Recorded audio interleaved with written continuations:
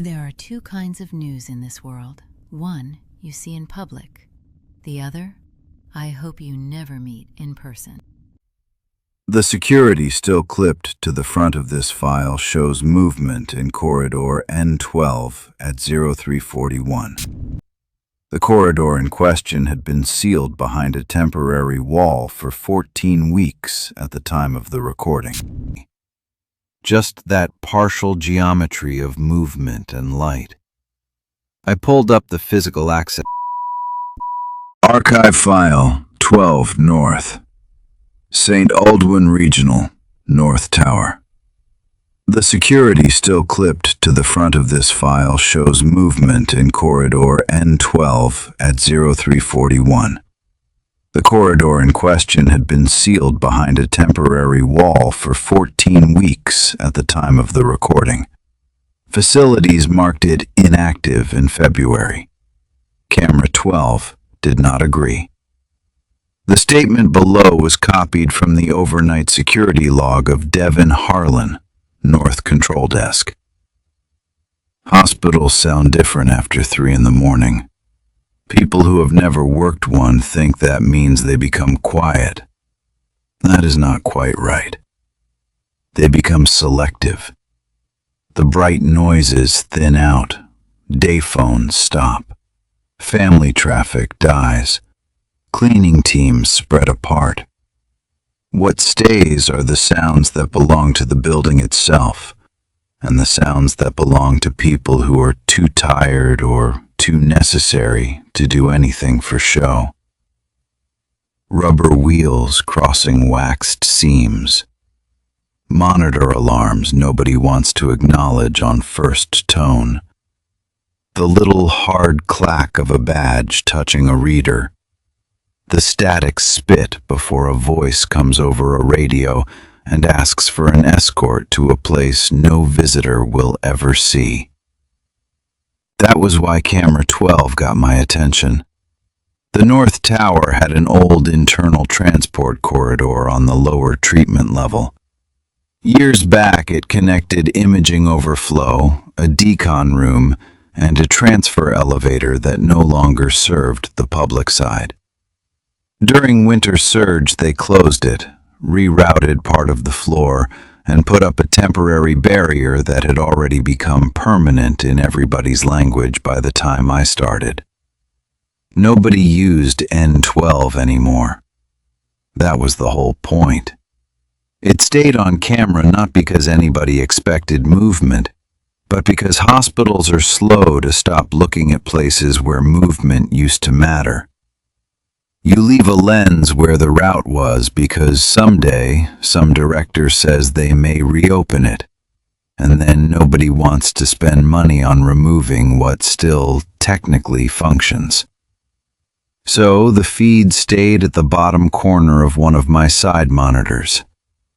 Dead hallway, old fluorescent spill, one fire door at the far end, one turn in the middle where the wall jogged around a former supply alcove.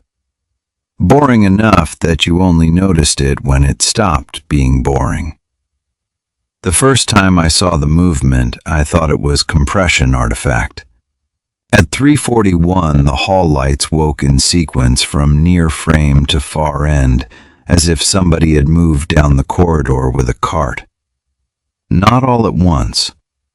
One bank, then the next, then the next. After that came a narrow shadow low to the floor that looked exactly like the leading edge of a gurney wheel assembly turning a corner. Then the feed settled. No full body, no patient, no orderly. Just that partial geometry of movement and light. I pulled up the physical access map right away, even though I already knew the answer. N12 had no overnight access. The north side entrance to it was blocked by temporary wall and locked construction gate behind it. The far end at the old transfer elevator had been magnet secured when the route closed. No badge permissions on my shift should have touched it, because there was nothing left there to touch. I ran playback. Same thing. Lights in order, low shadow, nothing else. I called facilities after hours and got a man named Rick, who sounded like he'd answered from a recliner. "Probably the sensor loop on the old bank," he said. "And the shadow?" "Camera noise. It looks like wheels. Everything in a hospital looks like wheels if you watch long enough." He wasn't wrong about that. The second time it happened, I was ready for it. 341 again. Same light sequence. Same low-moving shadow at the turn. This time, the far fire door at the end of the feed gave one small inward shudder. Not enough to open, just enough for the closer arm to flex and settle. I left the desk long enough to walk the current side access and confirm what I already knew. The temporary wall was intact. No one in the adjacent service hall. No open door. No transport team wandering the wrong route. The trouble with impossible footage is that it makes the rest of your building feel cheap. Like a set around one working lie. I started paying closer attention to the spaces near the old corridor after that. Not all at once. Hospitals will teach you restraint if you want to keep your job. You do not go telling charge nurses that a sealed hall is still taking traffic unless you are prepared to be the story instead of the witness. So I watched the neighboring areas. The elevator transfer point one level up. The decon supply room current staff still used on the active side. The utility closet nearest the old route, mostly because the door there had a tendency to stick in humidity, and I already had a reason to check it.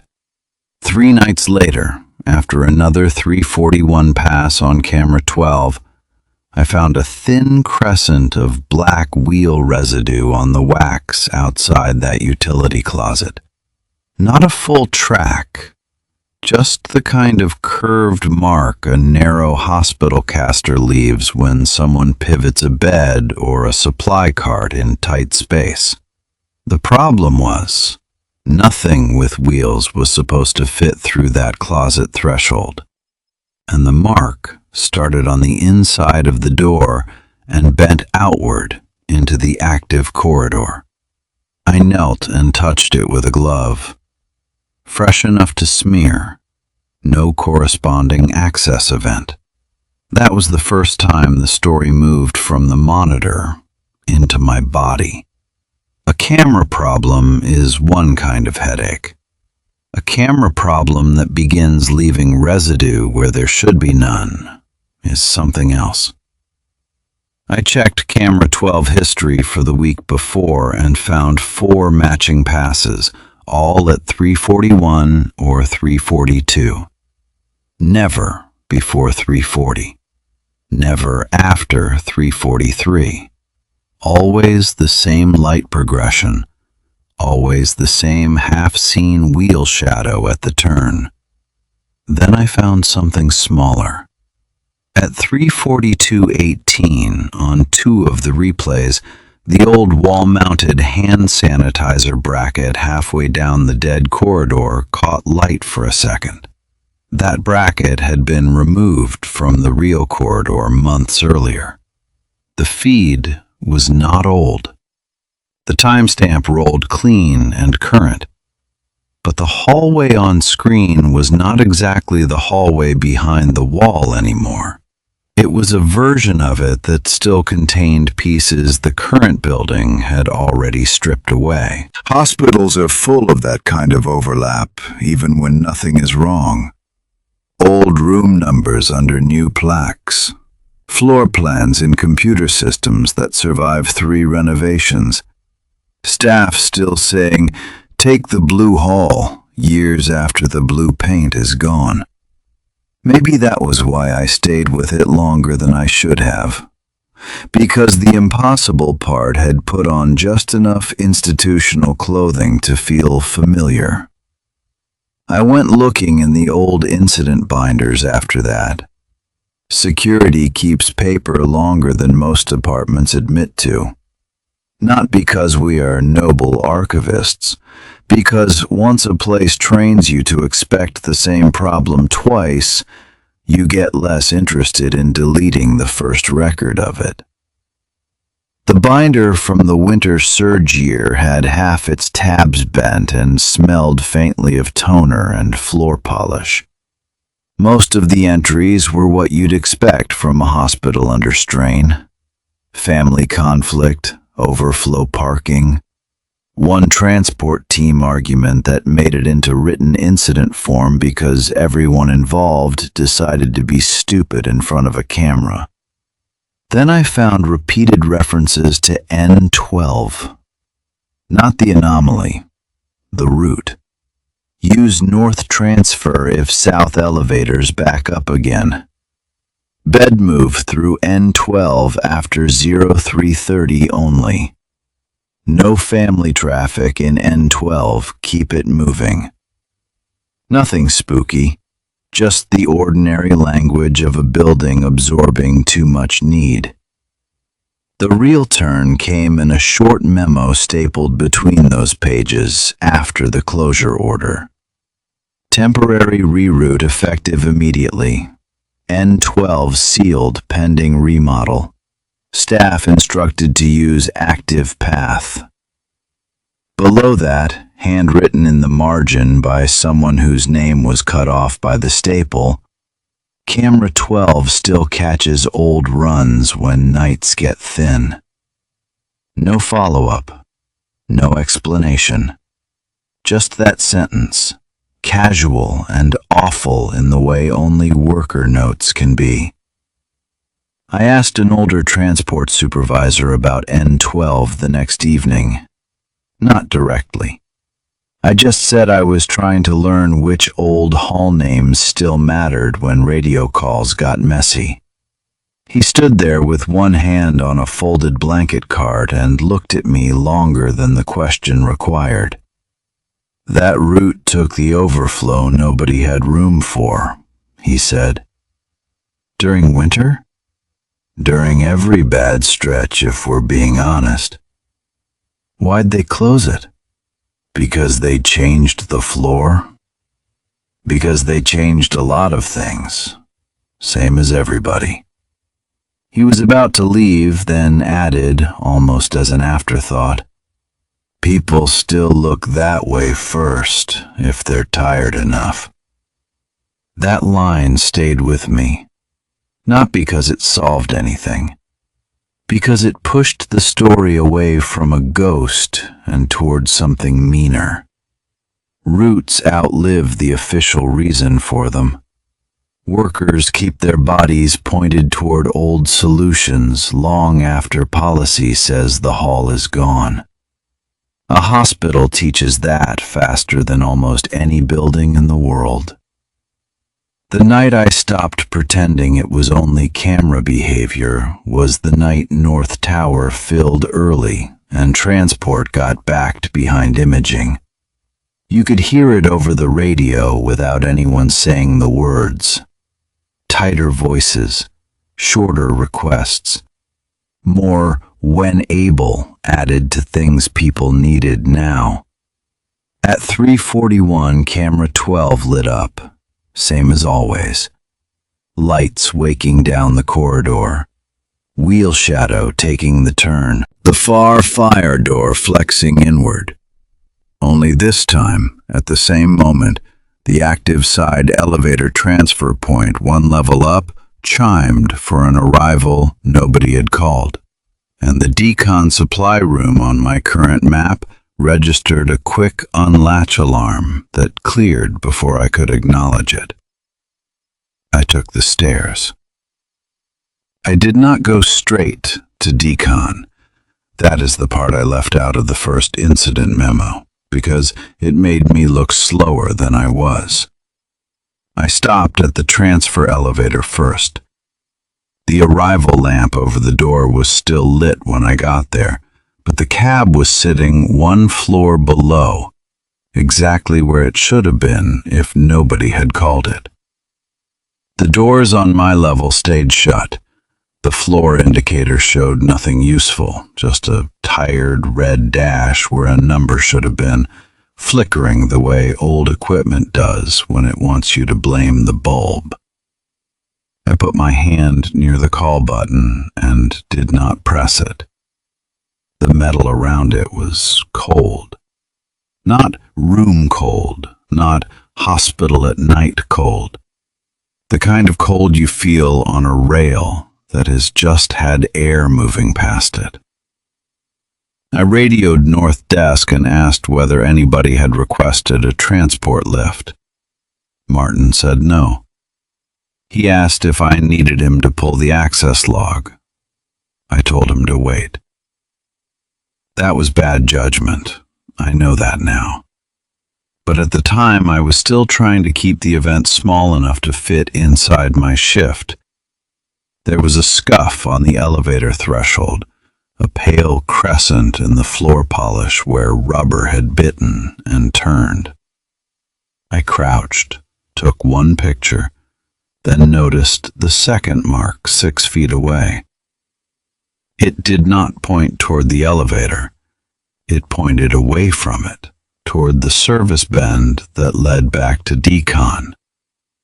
That bend was the place everybody used when the main hall was crowded. You could see the habit in the building. The wax was thinner there.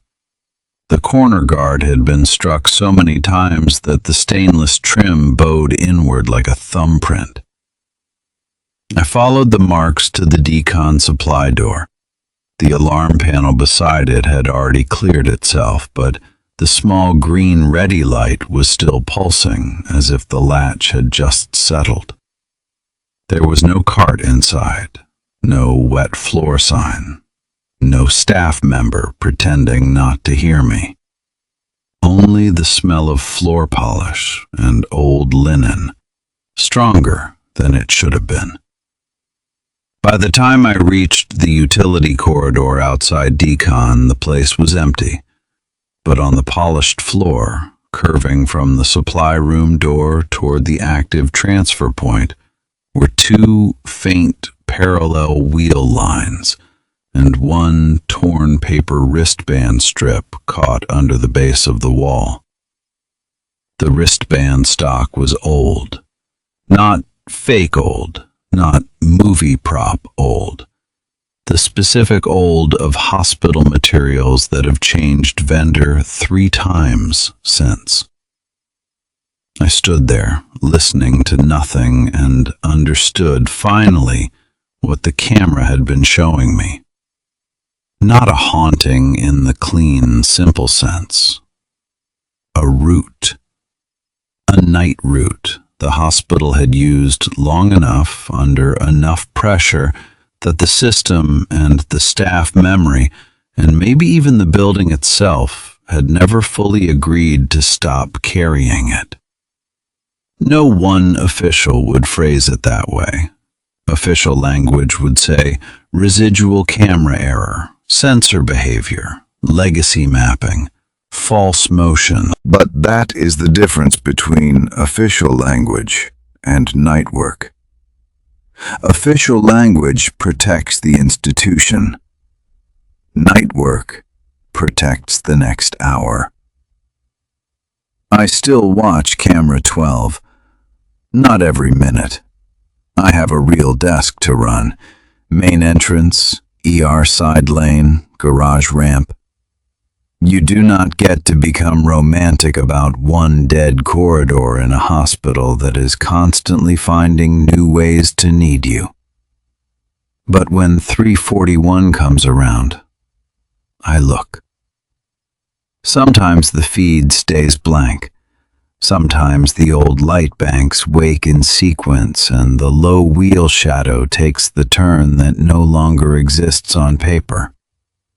I log it in the binder by hand when that happens, not because I expect administration to care. not because I think writing it down will end it. Because someone after me will inherit that monitor, and I would rather they meet the corridor as part of the building than as the first lie it tells them alone. Hospitals close hallways all the time. They close wings, rename floors, convert rooms, repaint doors, bury old traffic maps under newer ones, and call the work progress, because usually it is. What they do not always close is the route a night shift learned when the place was under too much pressure to choose carefully. Camera 12 still keeps that route. The hall on screen is not fully the one behind the wall anymore, and maybe that is the point. It is the corridor as the system remembers it, lit in sequence, cleared for passage, still carrying something forward before dawn.